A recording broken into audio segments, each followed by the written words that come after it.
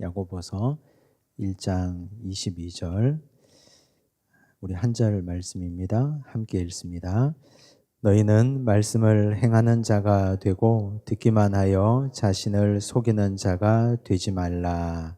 아멘. 네, 오늘은 우리 야고보서 공부 두 번째 시간입니다. 제목은 경건과 믿음에 대하여라는 말씀입니다. 경건과 믿음이라는 이 주제를 보면 어떤 생각이 드십니까? 일단 나 자신하고 한번 비추어서 생각해 보면 나는 경건한데 나는 믿음이 그래도 꽤 있는데 뭐 그런 생각을 하실 수도 있는데 그것보다도 경건과 믿음은 사실 우리가 일상적으로 생각할 때는 그 정적인 느낌이 좀 강하죠. 동적인 의미보다는 정적인 느낌이, 경건이라고 하면 가만히 앉아서 성경 읽고 묵상하고 뭐 기도하는 이런 걸 얘기하고, 믿음이라고 하면 내가 믿음이 있는 걸 상대방이 어떻게 알 것인가, 나도 저 사람이 믿음이 있는지 없는지 모르는데, 그래서 믿음도 내적인 것이고 경건도 정적인 것으로 생각하기 쉽습니다. 그런데 야고보 사도는 경건과 믿음을 정적인 걸로 국한시키지 않고 표현하고 행동하는 것으로 그렇게 표현합니다. 사실 야고보 사도가 이 야고보서를 쓸 때 시대적 상황과 오늘 우리가 살아가는 이 시대적 상황이 굉장히 유사합니다. 제가 그것 때문에 이번 학기를 야고보서 베드로 전후서를 택했는데, 당시 야고보 그리고 베드로 사도가 활동하던 시대에 이 편지를 쓸 때 그 당시에는 기독교가 공인되기 전이었습니다. 그 말은 예수 믿는다는 걸 공공연히 나타내면 목숨이 위태로운 시대였습니다. 잡혀가면 그냥 사자굴에 던져질 수도 있고 모진 고문을 받기 쉬운 그런 시대였습니다. 그래서 모여서 성경 공부하고 예배드리고 말씀 공부하고 여기까지가 우리 삶의 신앙생활의 한계다. 정말 그럴 수밖에 없는 상황이잖아요. 이거 들키면 목숨이 왔다 갔다 하는데, 그러다 보니까 사람들의 삶이 그냥 듣고 끝나는 거죠. 예배드리고 그걸로 끝나는 겁니다. 나가서 실천하고 전도하고 예수 믿는 사람의 삶을 빛과 소금의 삶으로 살아내는 것은 굉장히 약한 시대. 근데 감히 야고보와 베드로 사도는 살아가라고 표현하는 겁니다. 다른 말로 바꾸면 예수 믿는 걸 얘기하고 드러내고 그러다가 죽어도 좋으니까 그렇게 해서 천국을 살아내라고 표현하고 있는 거죠. 오늘 우리 시대와 왜 닮아 있느냐? 우린 지금 전대미문의 코로나 사태를 2년 반 그리고 3년 가까이 겪고 있는데, 그러다 보니 겨우 그냥 예배 정도 드리고 있는, 그나마 몸을 움직이고 그나마 실천하고 봉사하고 활동했던 것들도 다 끊어지고 숨이 죽어 있는 상태. 그러다 보니까 그냥 이 정도 해도 괜찮고 잘 한다고 생각하는 그런 시대. 그래서 지금 이 시대에 우리가 야고보서와 베드로 전후서를 읽으면서 그 옛날 이 편지를 받았던 그 시절 살아갔던 우리 믿음의 선진들이 어떤 도전을 받았겠는가. 이 편지를 받고 그대로 행동하면 나가면 죽는데, 근데 우리는 그렇다고 죽는 건 아니잖아요. 그래서 그런 의미에서 경건과 믿음은 내적이고 정적인 개념이 아니라 외적이고 동적인 의미다. 그걸 오늘 말씀을 통해서 확인해 볼 겁니다. 먼저 야고보 사도가 굉장히 조직적인 분인데요. 17절에 보니까 하나님을 설명하고 있습니다. 17절 보시면 온갖 좋은 은사와 온전한 선물이 다 위로부터 빛들의 아버지께로부터 내려오나니, 그렇게 표현했어요. 이 좋은 걸 표현할 때 온갖 좋은 은사와 온전한 선물이라 그랬습니다. 받고 싶죠. 온전한 선물, 온갖 좋은 것 받고 싶잖아요. 일단은 선물 세트잖아요. 그게 뭔지는 구체적으로 표현을 안 해도 받고 싶어요. 근데 그 출처가 어디에서부터 온다 그랬습니까? 위에서부터. 그 위는 누구죠? 빛들의 아버지께로부터 내려온다. 그럼 일단은 이 선물을 받으려면 우리 시선이 위를 향해 있어야 됩니다. 땅을 보고 있어서는 온갖 좋은 것과 온전한 선물을 받을 수가 없습니다.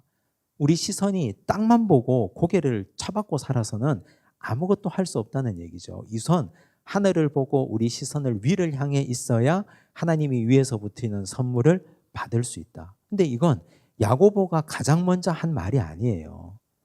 야고보가 가장 먼저 한 말이 아니라 구약 시대부터 시작해서 성경 전체를 흘러내려오는 하나의 시대적 정신입니다. 출애굽기 16장 4절 한번 보실까요? 이렇게 나와 있어요.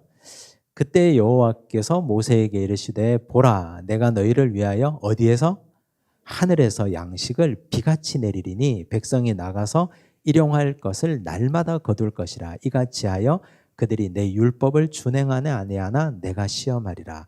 이 하늘에서라는 말씀이 굉장히 중요한데 이스라엘 백성들이 만나를 몇 년 동안 먹었습니까?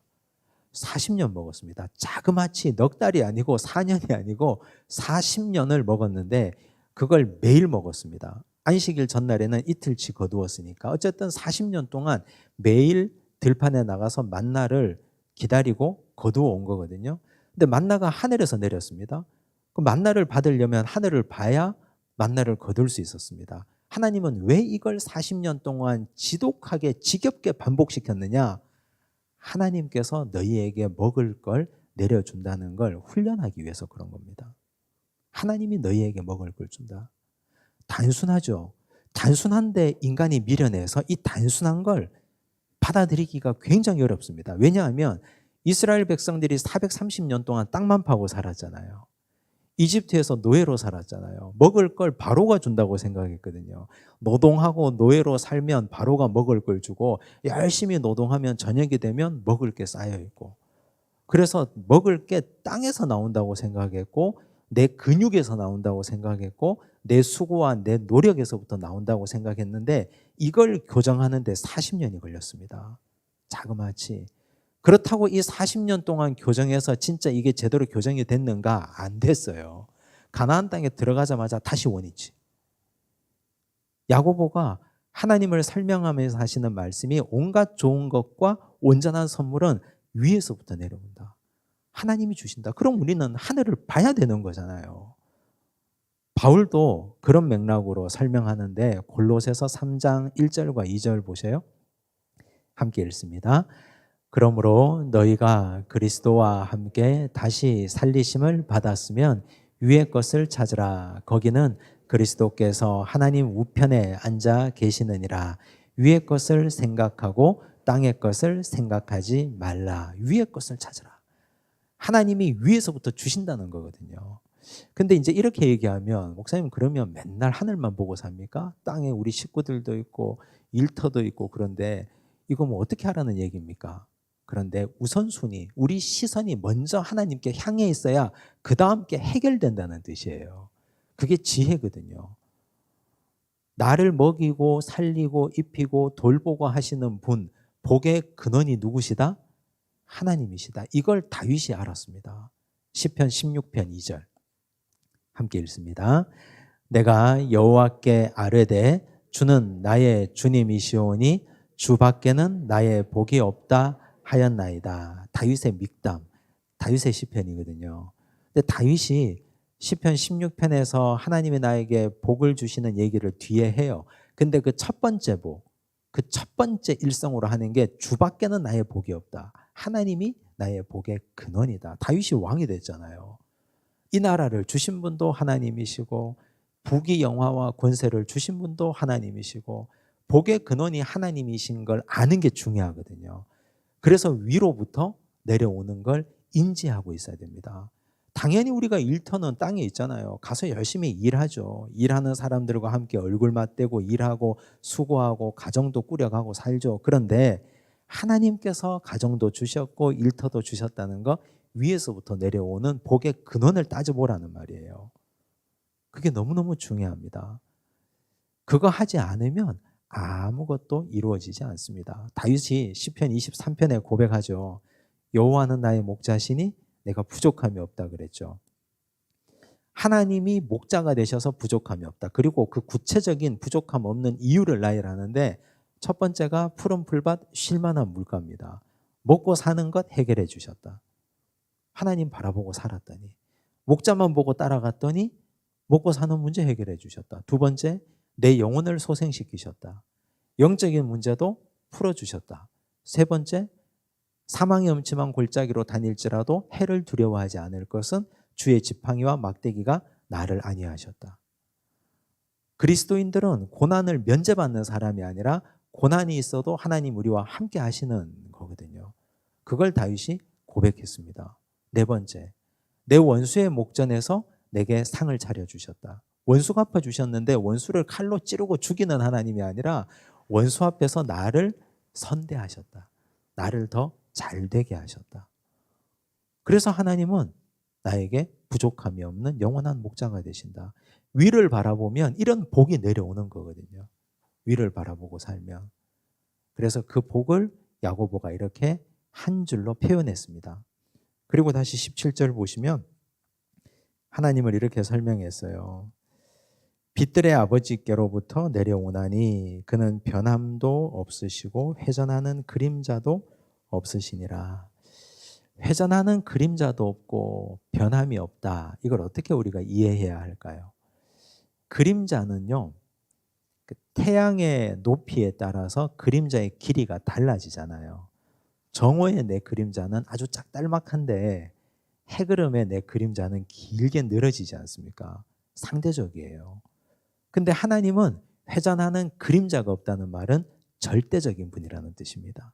사람은 상대적이에요. 기분 좋을 때는 다 퍼줄 것 같다가 뭔가 좀 꼬이고 불편하고 기분 나쁜 게 있으면 화도 나고 저 사람 종잡을 수 없고, 그런데 하나님은 아주 일정하고 절대적인 분이시다. 그래서 이 말은 하나님만 바라봐라. 위에 계신 하나님만 바라봐라. 그러면 모든 좋은 것과 온갖 다양한 은사와 온전한 선물을 하나님이 빈틈없이 부족함 없이 채워주시는 분이시다. 하나님은 자기 기분에 따라서 줬다 뺏었다 하는 분이 아니시고 변함없는 분이시다. 그 말을 야고보가 이렇게 표현하고 있는 겁니다. 그 다음 하나님과 우리는 어떤 관계냐. 18절 보시면요. 그가 그 피조물 중에 우리로 한 첫 열매가 되게 하시려고 자기의 뜻을 따라 진리의 말씀으로 우리를 낳으셨느니라. 주어가 누굽니까? 그가. 그는 누구예요? 하나님이시잖아요. 지금 하나님 얘기하고 있잖아요. 동사는요, 이 문장에 마지막에 낳으셨느니라. 하나님이 낳으셨다. 누구를요? 낳으셨다. 앞에 누구를? 우리를. 하나님이 우리를 낳으셨다. 그러면 이 문장 뼈대만 가지고 얘기하면 하나님을 우리가 아버지라고 부르는 근거가 여기에 있잖아요. 하나님은 아버지가 되시고 우리는 그분의 아들, 딸이 되지 않습니까? 하나님 우리를 낳으셨으니까. 근데 하나님이 우리를 낳고 우리가 태어났어요. 우리가 태어났는데 하나님이 우리를 낳는 방식을 뭐라고 표현했습니까? 어떻게 낳아요? 뭐로 낳아요? 진리의 말씀으로. 진리의 말씀으로 하나님이 우리를 낳는다 그랬어요. 이걸 우리는 요한복음의 표현에 의하면 예수님과 니고데모의 만남의 대화의 그 기준에 의하면 거듭나는 거예요. 이게 거듭나는 거. 즉 하나님은 우리를 진리의 말씀으로 거듭나게 하신다는 겁니다. 그래서 우리가 거듭나려면 하나님의 진짜 자녀가 되고 하나님을 아버지라고 부르려면 진리의 말씀을 꼭 붙잡고 그 말씀 부여잡고 살아가야, 그래야 우리는 거듭난 존재가 될 수 있다는 뜻입니다. 이해가 되시죠? 그래서 믿음은 들으면서 나니까 말씀을 잘 듣고 행하고 실천하고, 하나님의 말씀밖에 없어요. 다른 거 없어요. 우리가 거듭날 수 있는 건 누구한테 안수기도 받는다고 갑자기 막 머리가 맑아지면서 거듭나고 이런 게 아니에요. 영원한 진리의 말씀인 그 말씀이 나를 거듭나게 하는 거죠. 예수님의 말씀, 그 말씀 한 절 한 절이 내 심령과 영과 혼과 골수를 찔러 쪼개서 내가 거듭나는 거지, 다른 걸로는 절대로 거듭날 수 있는 방법이 존재하지 않습니다. 자, 진리의 말씀으로 우리를 거듭나게 하시는 이유가 뭡니까? 우리로 한 첫 열매가 되게 하시려고. 하나님은 우리에게 뭘 요구하세요? 열매를 요구하시는 거예요. 왜냐하면 우리가 나무니까. 거듭난 우리는 썩어 없어질 열매를 맺는 존재가 아니라 영원한 열매를 맺어서 하나님께 영광을 올려드리는 좋은 나무가 되어야 되죠. 그래서 이 말씀을 그냥 흘려버리면 그냥 그런가 보다 하는데 하나하나 찾아보고 이해하고 읽으면 굉장히 의미가 있고 은혜가 되잖아요. 하나님이 우리를 낳으셨으니까 우리는 그분의 자녀가 되고, 진리의 말씀으로 낳으셨으니까 우리는 거듭난 자가 되고, 거듭난 자의 가장 중요한 의무는 열매를 맺는 거예요. 열매. 어떤 열매로? 거듭난 자로 하나님께 영광을 올려드릴 건가? 우린 거듭났는데, 진리의 말씀으로 거듭났는데 진짜 내 열매, 내 나무에 열매가 있는가? 자랑할 만한 열매가 있고 그 열매로 하나님께 영광 올려드리고 그 열매로 주변 사람들을 행복하게 할 수 있는가? 이걸 따져봐야 되는 거예요. 그걸 생각해보고. 이제 비슷한 말씀을 뒤에 적어뒀는데요. 그 전에 시편 119편 9절 말씀을 한번 볼게요. 함께 읽습니다. 청년이 무엇으로 그의 행실을 깨끗하게 하리까? 주의 말씀만 지킬 따름이니이다. 행실을 깨끗하게 하고 그래서 거듭나게 하는 건 주의 말씀을 지키는 것밖에는 방법이 없다는 거예요. 시편 기자도 이미 그렇게 말씀하셨잖아요. 데살로니가전서 2장 13절 우리 교재에 있는 말씀 한번 볼게요. 이러므로 우리가 하나님께 끊임없이 감사함은 너희가 우리에게 들은 바 하나님의 말씀을 받을 때에 사람의 말로 받지 아니하고 하나님의 말씀으로 받음이니 진실로 그러하도다. 이 말씀이 또한 너희 믿는 자 가운데서 역사하느니라. 바울이 데살로니가 교회 교인들에게 감사한 마음을 표현한 거거든요. 어떻게 감사한 마음을 표현했어요? 너희들이 내가 전하는 말을 하나님의 말씀으로 받아줘서 고맙다라고 얘기한 거예요. 근데 목회자가 전하는 말을 하나님의 말씀으로 받으려면 전제가 필요합니다. 목회자가 진짜 하나님의 말씀만 전해야 돼요. 자기 생각을 전하면 거기에 하나님의 말씀에 물타기 하면 성도들이 건강하지 못합니다. 어린아이가 좋은 젖을 먹어야 잘 자라고 건강하잖아요. 배앓이를 하지 않잖아요. 근데 하나님의 말씀에다가 인간의 생각을 타버리면 물타는 거거든요. 그럼 그런 말씀을 성도들이 듣고 받으면 탈이 납니다. 문제가 생기고 영이 병듭니다. 그래서 이 전제는 목회자가 하나님의 말씀을 가감없이 있는 그대로 전해야 되고, 전할 때는 그렇게 살아가야 돼요. 전하는 사람이 그렇게 살아가야 돼요. 그래야 받는 사람이 하나님의 말씀으로 받잖아요. 그게 전제가 안 되고 무조건 전하는데 이건 무조건 하나님의 말씀이니 받으세요 하면 그건 죄책감만 주잖아요. 받는 사람이. 자, 그렇게 되면 전하는 자가 진짜 하나님의 말씀만 전하고 그 말씀대로 살아가면 어떤 역사가 일어나느냐? 사도행전 10장 44절 베드로가 이 말을 할 때에 설교하는 거거든요. 고넬료의 집에 가서 성령이 말씀 듣는 모든 사람에게 내려오시니, 이런 역사가 일어나는 거예요. 역사가 일어나는 거예요. 그 공동체에 부흥의 역사가 일어나고 사람들이 은혜 받고 역사가 일어나는 거라고요. 베드로가 지금 성령 충만해서 자기가 하나님의 말씀만 가감없이 전하고 본인이 깨끗한 마음으로 진리의 말씀을 전하니까 예루살렘 교회가 부흥할 수밖에 없잖아요. 듣는 사람들은 은혜 받고 감동을 받고. 지금 이 베드로가 옛날 베드로 맞아요? 사람은 똑같은데 완전히 바뀐 베드로 아닙니까? 거짓말했던 베드로, 비겁했던 베드로, 도망갔던 베드로가 아니라 성령으로 새롭게 되고 회복된 베드로가 거룩한 영으로 진리의 말씀을 전하니까 이런 역사가 나타나는 거예요. 자, 이제 거듭남까지 했어요. 그 다음 페이지 보시면 12쪽에 자, 이제 야고보는 19절에서는 이렇게 얘기해요. 그럼 거듭난 사람은 진리의 말씀으로 하나님 우리를 낳으셨다 그랬잖아요. 우리가 진리의 말씀을 통해서 거듭남을 경험했어요. 자, 그런 사람의 표지가 있습니다. 그런 사람은 딱 표가 나요. 어떻게 사느냐, 어떻게 살아야 되느냐. 19절, 내 사랑하는 형제들아 너희가 알지니 사람마다 듣기는 속히 하고 말하기는 더디하며 성내기도 더디하라.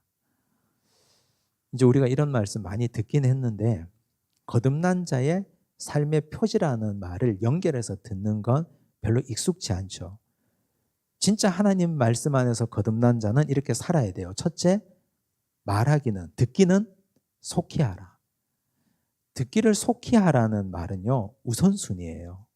지금 듣는 게 두 가지거든요. 첫째는 하나님의 말씀이잖아요. 하나님의 말씀 듣는 걸 무엇보다도 가장 먼저 우선순위로 여기라, 이런 뜻입니다. 세상 말 듣는 거, 사람 말 듣는 거 이런 것보다 하나님 말씀 듣는 걸 가장 우선순위로 생각하라. 그래야 우리는 거듭난 사람의 표지를 살고 있는 거다. 그리고요, 여기서 듣는 거는 하나님 말씀을 듣는 것과 동시에 성도들의 말도, 공동체, 교회 공동체 사람들, 나와 가까운 사람들 말도 듣는 건 잘 들어줘야 돼요. 여기 속히 듣는다는 말은 사실 우선순위를 정할 때 우리 가정에서 내가 진짜 속히 들어야 될 사람의 말이 있잖아요. 남편은 아내의 말을 마음을 열고 속히 들어야 되고, 나 지금 야구 보니까 나중에 얘기해. 나 지금 중요한 거 영화 보니까 나중에 얘기해. 나 지금 신문 보고 있으니까 나중에 얘기해. 이러면 말할 타이밍이 놓치잖아요. 타이밍을. 자녀들에게도 아이들하고 대화해야 되는 타이밍이 있는데 그 아이들이 어릴 때 부모가 충분히 대화하고 이야기 나누고 듣는 걸 속히 들어줘야 되는데 그걸 제대로 안 듣고 나중에 사춘기 지나고 커서 문제가 생기면 앉아봐. 도대체 뭐가 문제야? 너 아빠한테 뭐가 불만이 있어서, 너 엄마한테 무슨 불만이 있어서, 그러면 이제 와서 왜 이러냐고 어색하게. 옛날에 필요할 때는 얘기도 안 하고 들어주지도 않다가 이제 와서 사고 치니까 부부관계도 다 파탄나고 다 문제 생기고 이제 와서. 듣는 건 타이밍이 정말 중요하거든요. 목회도 신방은 저는 항상 우리 교육자들에게 늘 나누는 것 중에 하나가 신방은 타이밍이에요. 정말 중요한 타이밍. 곧 필요할 때 만나야 되는데 그 필요한 시기가 하루라도 지나버리면 김 빠지잖아요. 그래서 정말 얘기하고 싶을 때 그때 가서 들어야 되는 거죠. 신방 가면 대부분 듣다 오죠. 많이 말씀하시고 목사는 그냥 들어요. 대부분 듣고 가만히 듣다 보면 이분 가정에 또 이분 심령에 지금 어떤 말씀이 필요한지, 그리고 하나님께서 이 가정에 어떤 말씀을 주고자 하는지가 느낌이 오잖아요. 그러면 그 말씀 한 절 읽고 나누고 기도하고 오면 되죠. 근데 이 듣는 게 먼저 안 되고 남들 말하는 거 가로막아 가면서까지 말부터 먼저 앞서면 그때부터 문제가 생겨요. 기도도 하나님과의 소통의 기도는 듣는 게 우선이잖아요. 먼저 들어야 되잖아요. 듣는 건 하나님께서 우리에게 말씀하시는 말을 듣는 거죠. 근데 기도만 통해서 듣기가 우리가 훈련이 잘 안 돼 있기 때문에 새벽 기도 말씀에는 새벽 기도 그 짧은 말씀에서 하나님 우리에게 주시는 말씀을 메시지로 듣고 그 들은 말씀을 가지고 기도하는 거예요. 먼저 듣고 기도하고.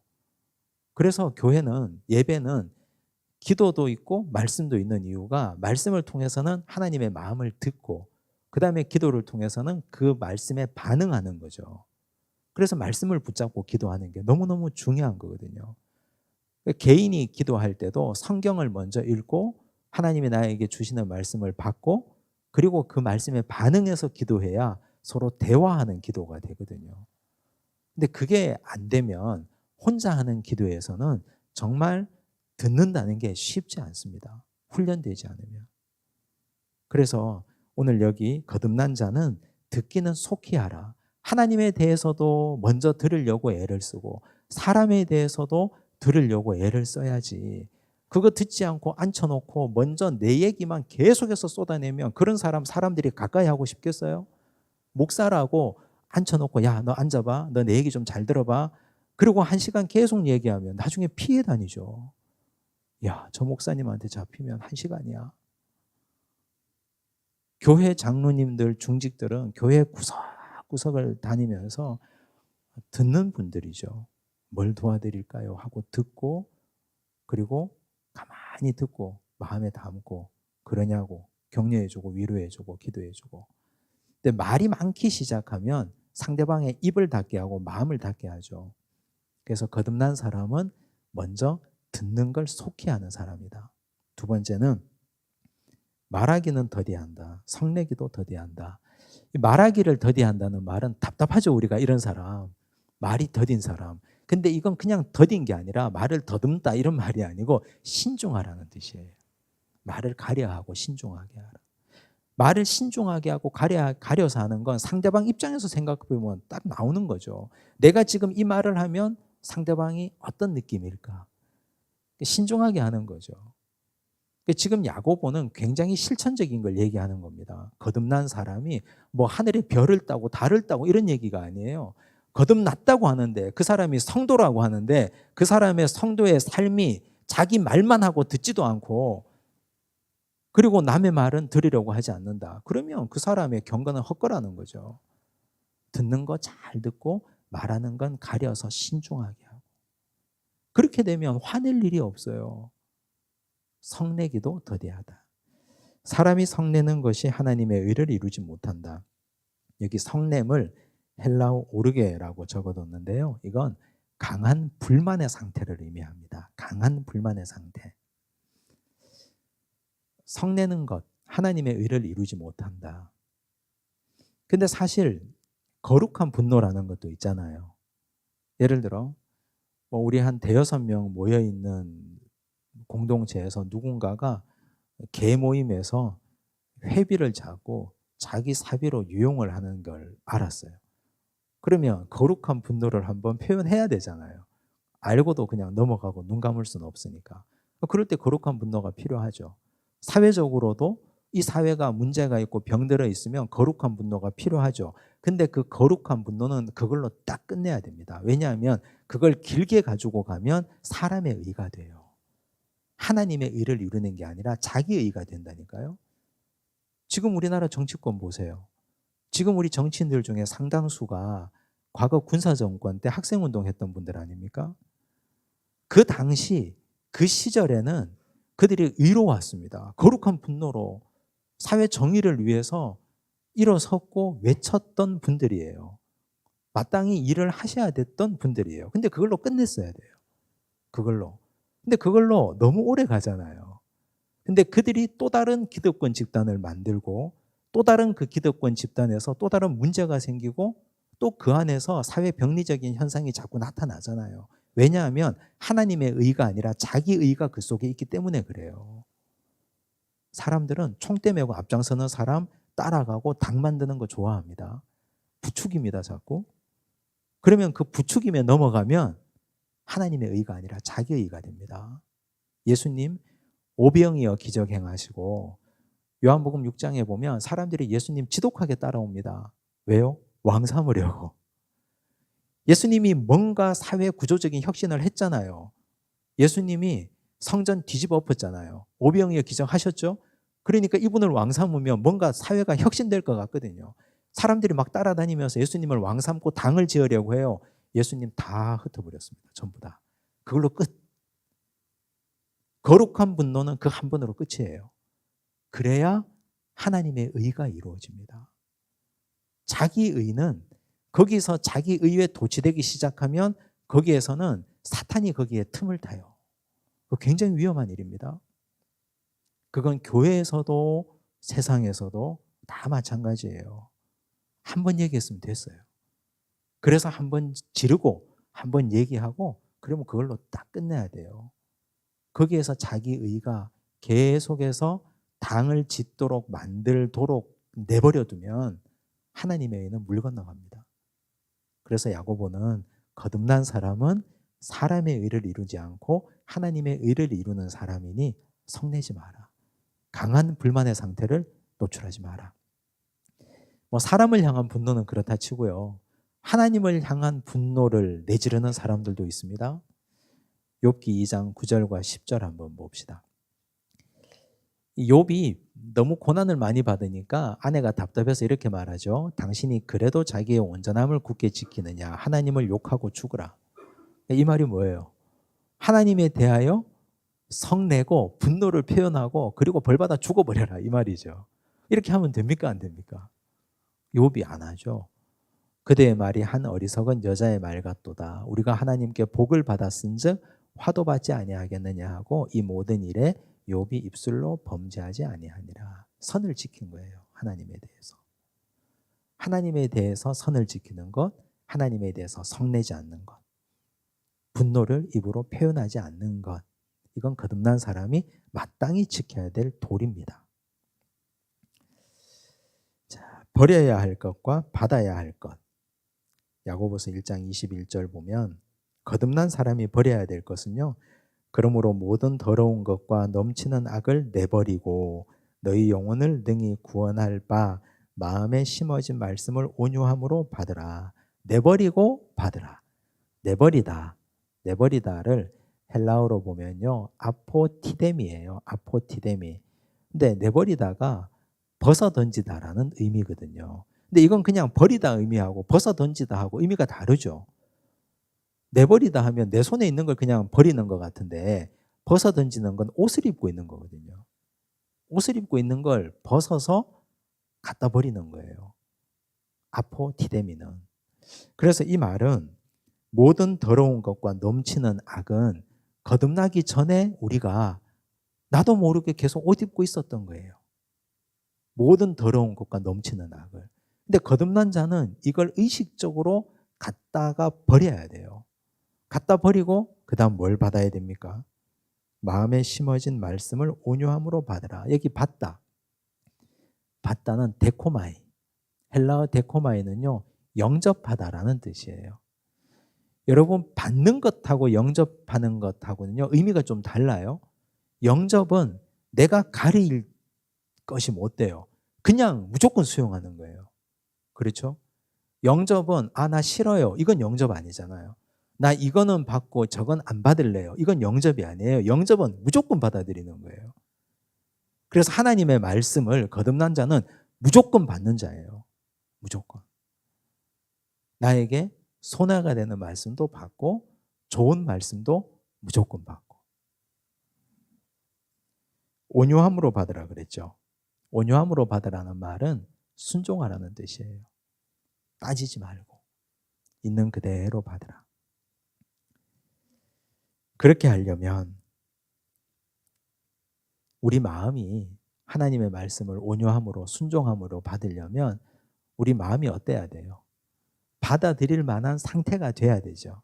예레미야 4장 3절 여호와께서 유다와 예루살렘 사람에게 이와 같이 이르노라. 너희 묵은 땅을 갈고 가시덤불에 파종하지 말라. 묵은 땅을 갈아엎어야 마음밭이 좋은 상태가 될 것 아닙니까? 거기에다가 말씀을 받아야 되는 거예요. 거기에다가. 가시덤불은 예수님의 씨 뿌리는 자의 비유에 보면 온갖 유혹과 염려와 세상의 재물에 대한 유혹으로 거기에 말씀이 떨어지면 말씀이 기운을 잃어서 자라지 못하게 하는 땅이거든요. 그걸 뽑아내야 돼요. 근데 그걸 뽑아내려면 가시덤불을 뽑아내려면 손에 피가 철철 흐를 거 아닙니까? 그거 다 뽑아내려면. 그래서 묵은 땅을 기경하는 게 중요하거든요. 우리가 열매 맺으려면. 아까 그랬죠. 그가 너희를 낳으셨느니라. 진리의 말씀으로. 열매를 위해서. 그러면 열매를 맺기 위해서는 땅을 갈아엎어야 되는데 그건 내가 해야 되는 거예요. 누가 해주지 않아요. 내 마음밭을 갈아엎는 건 내가 하는 게 제일 편합니다. 만약에 내가 스스로 하지 않고 하나님이 개입하면 어떤 일이 벌어질까요? 하나님은 간단하게 우리 마음밭을 갈아엎을 수 있습니다. 어떻게 해요? 고난이죠, 고난.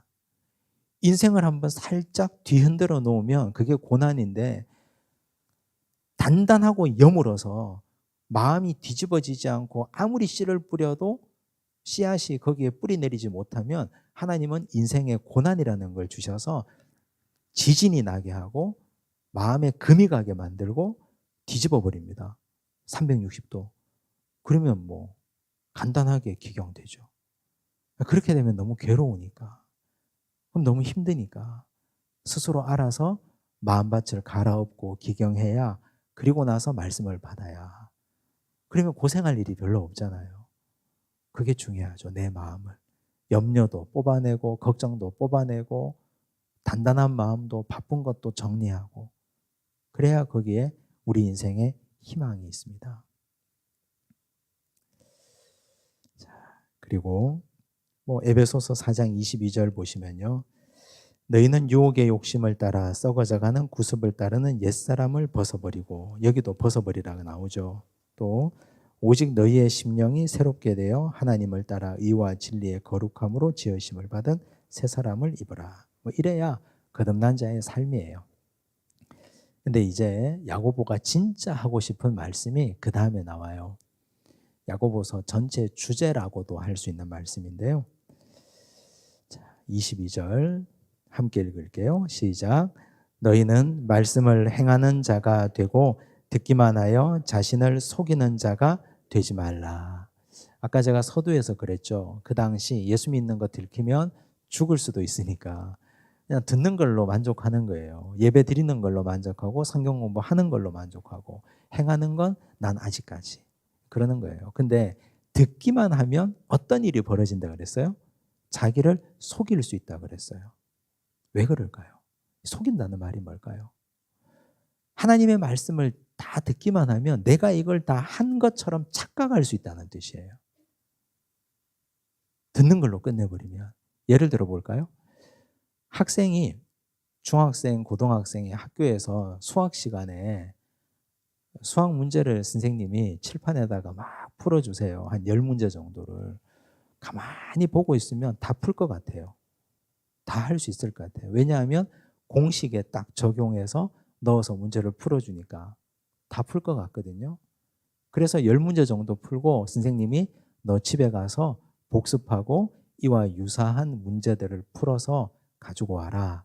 그러면 내일 시험을 보자. 20문제 시험 본다. 근데 다 풀 것 같거든요. 보니까 다 할 것 같아요. 집에 가서 가방 던져놓고 신나게 놀았어요. 신나게 다 하니까. 나 다 안다고.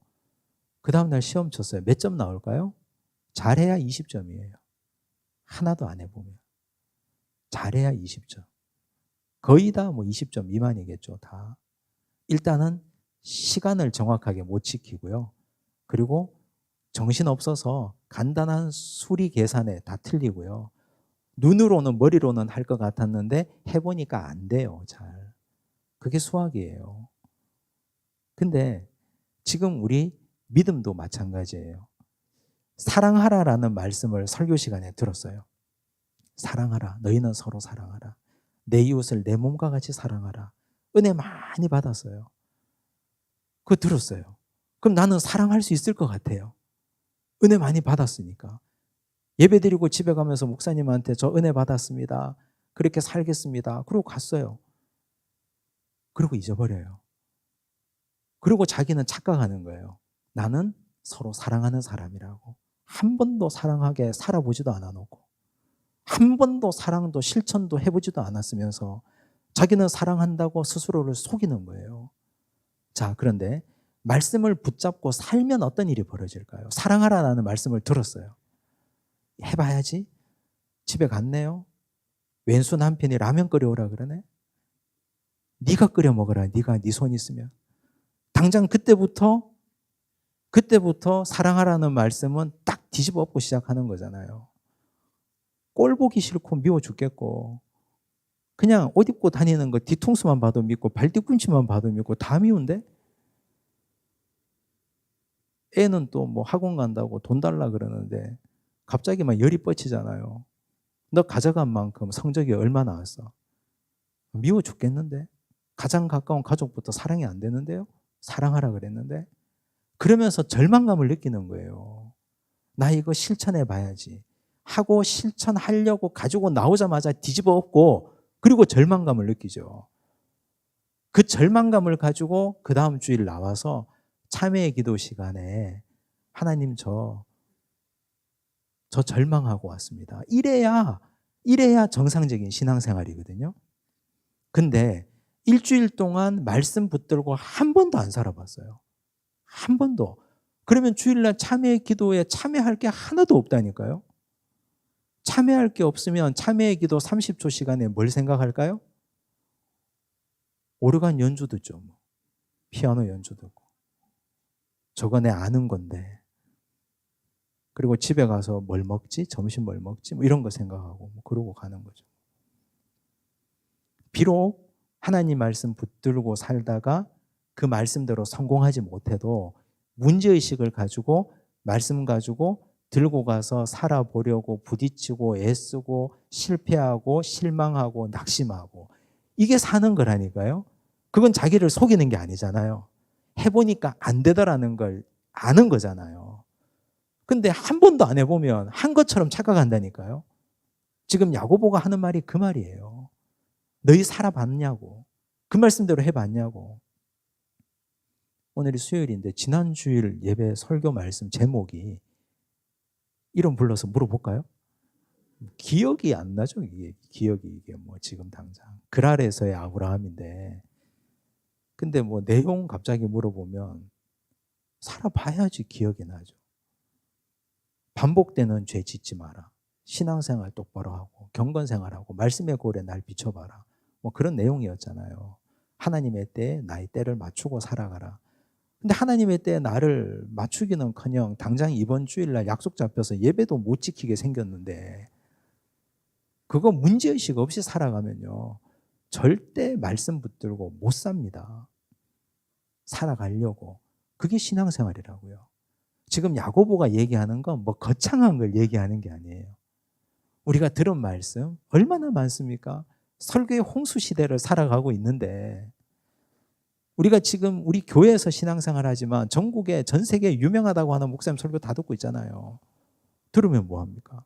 한 말씀도 가지고 살아보지 않는데 들으면 들을수록 자기를 속이는 거예요. 왜? 그랬다고 착각하니까. 그걸 바울도 그렇게 표현했고 지금 야고보도 이런 얘기를 해요. 23절 보면요. 누구든지 말씀을 듣고 행하지 아니하면 그는 거울로 자기의 생긴 얼굴을 보는 사람과 같아서 제 자신을 보고 가서 그 모습이 어떠했는지를 곧 잊어버리거니와. 이건 오늘의 우리 문화로 생각하면 잘 납득이 안 되는데 그 당시는 거울이 청동 거울이거든요. 지금처럼 말끔한 거울이 아니고 청동 거울이라서 희미해요. 그래서 그 거울을 보고 내가 이렇게 생겼구나 했는데 이 희미하니까 자기 얼굴이 명확하게 나타나지 않으니까 잊어버린다고요. 잘. 그렇다는 걸로 이렇게 표현한 겁니다. 말씀을 행해보지 않으면, 그렇게 살아보지 않으면. 25절 자유롭게 하는 온전한 율법을 들여다보고 있는 자는 듣고 잊어버리는 자가 아니요 실천하는 자니 이 사람은 그 행하는 일에 복을 받으리라. 복 받는다 그랬죠. 살아보는 사람이 복 받아요. 성공한 자가 복 받는 게 아니라요. 사랑하려고 했는데 안 됐습니다. 그런 자가 복 받는다니까요. 그렇게 해서 10번 해보고 20번 해보고 100번 하다 보면 요만큼씩 희망이 보이고 요만큼씩 해보려고 노력하다가 되는 순간 희열을 느낀다고요. 하나님 말씀대로 제가 오늘 한 번 살아냈습니다. 얼마나 기쁜데요, 그러면. 평생 동안 그런 기쁨을 누리며 살고 그런 기쁨을 느끼며 살아야 그런 사람이 거듭난 사람이에요. 진리의 말씀으로 내가 너희를 낳았느니라 그 말씀에 합당하게 사는 존재가 바로 그런 사람입니다. 누가복음 말씀 보면요. 예수님의 설교를 들은 한 사람이 크게 은혜를 받았나 봐요. 27절에 이렇게 얘기해요. 이 말씀을 하실 때에 무리 중에서 한 여자가 음성을 높여 이르되 당신을 뵌 태와 당신을 먹인 젖이 복이 있나이다 하니 당신의 어머니는 참 복이 많은 분입니다. 이 말이에요. 당신이 이렇게 좋은 말씀을 하시고 진리를 우리에게 선포해 주시니 당신의 어머니는 진짜 복 많은 여인입니다. 부럽습니다. 나도 이런 아이를 하나 낳고 싶은데 뭐 그런 뜻이에요.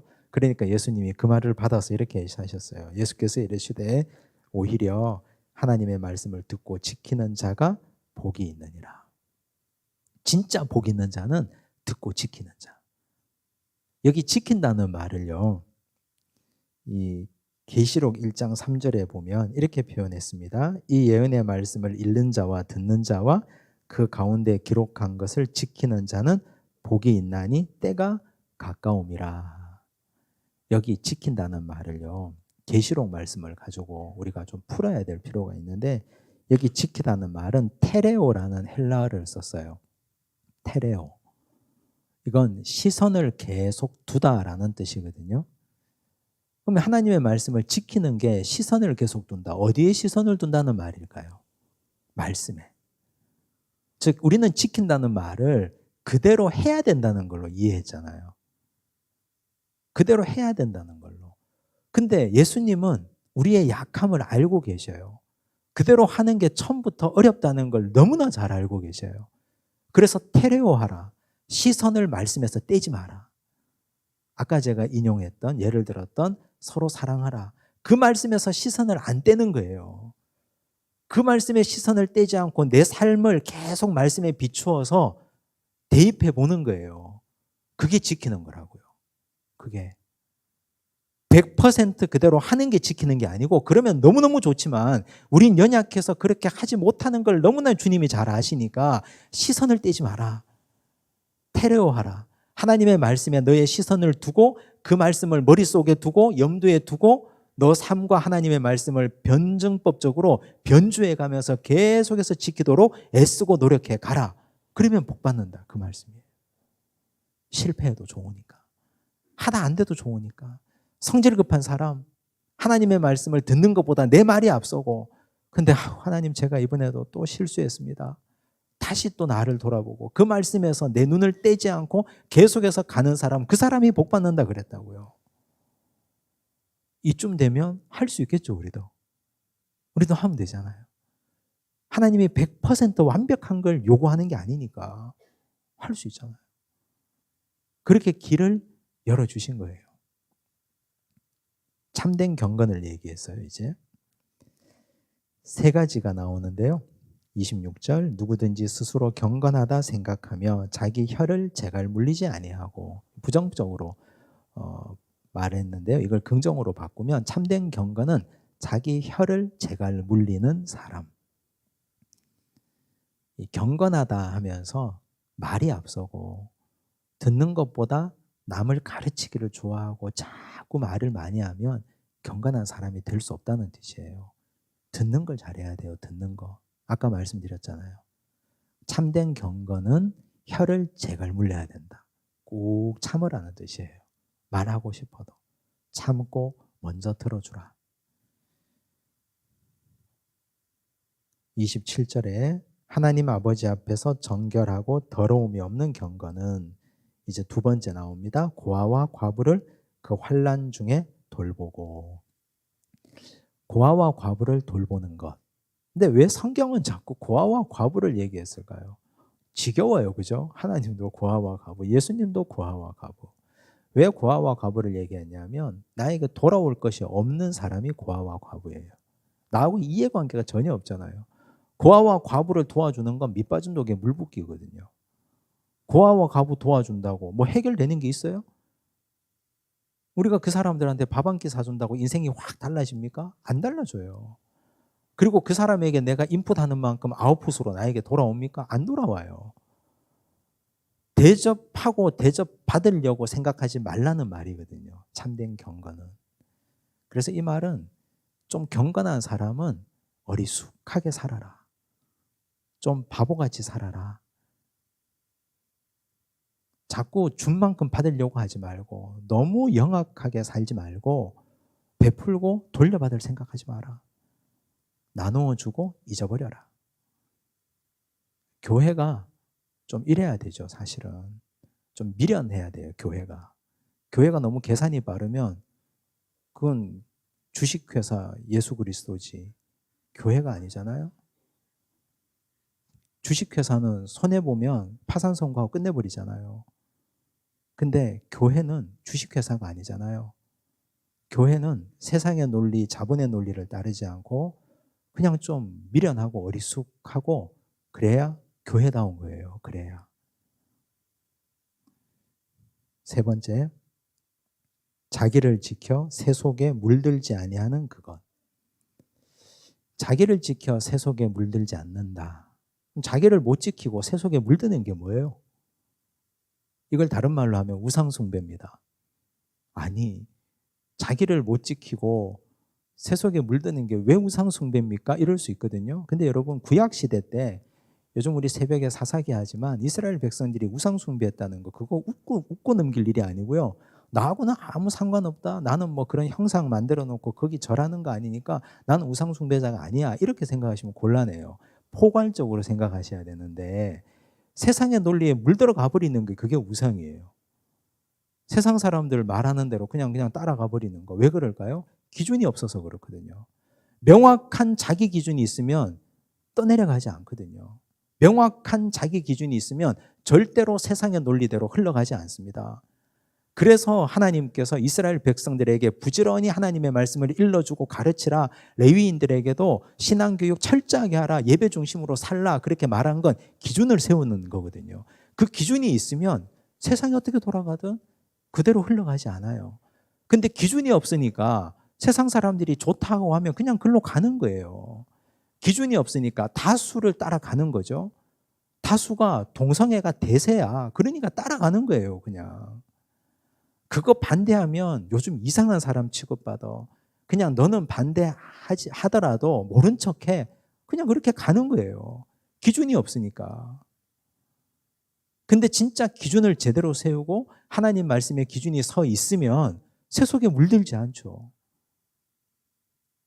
그리고 그 기준대로 사는 사람을 보고 세상 사람들이 야, 저렇게도 사네? 저렇게 사는 게 괜찮네? 매력 있네? 재밌네? 그리고 와야 되잖아요. 그 사람들이. 그게 전도 아닙니까? 아, 저 교회 정말 매력적이네? 그리고 와야 그게 전도잖아요. 근데 우리가 우리 기준이 없으니까, 예수 믿는 사람이 자기 기준이 없으니까 흘러가 버리는 거죠, 뭐. 경건한 사람은 자기 기준이 철저하게 서 있는 사람이에요. 경건한 사람은. 지금 참된 경건 세 가지를 야고보가 설명했습니다. 이제 야고보서 1장을 가지고 우리가 두 번을 나누어서 말씀을 드렸고요. 이 1장을 한번 집에 가셔서 다시 한번 곱씹어보고 또 살펴보시면 좋겠습니다. 쉬운 듯 어렵고 어려운 것 같은데 어렵지 않고, 그래서 볼만한 책이 야고보입니다. 기도하고 마치겠습니다. 하나님 아버지 감사합니다. 하나님께서 우리에게 은혜 주셔서 야고보서 말씀을 함께 나누게 하셔서 감사합니다. 하나님이 우리를 진리의 말씀으로 낳으셨는데 우리는 정말 하나님이 원하시는 열매를 맺고 있는지 돌아봅니다. 거듭난 자는 이렇게 살라 하셨는데 듣는 건 속히 하고 말하기는 더디하고 성내기도 더디하라 하셨는데 우리는 오히려 거꾸로 살고 있는 건 아닌지 주여 우리를 돌아봅니다. 용서하여 주옵소서. 하나님의 말씀을 너무 많이 들어서 마치 다 행하고 있는 것처럼 스스로를 속이고 있는 건 아닌지 다시 우리를 돌아봅니다. 아버지 용서하여 주옵소서. 말씀에 시선을 맞추고 계속해서 말씀과 내 삶을 살펴보고 전진하고 걸어가라고 하신 그 말씀 기억하고 주의 말씀을 지키며 살아가게 하여 주시옵소서. 참된 경건을 말씀하셨으니 그 경건을 지키며 살고 진실로 경건한 자로 하나님 나라에 꼭 필요한 자로 살아가게 하여 주시옵소서. 모든 말씀 예수님 이름으로 기도드리옵나이다. 아멘.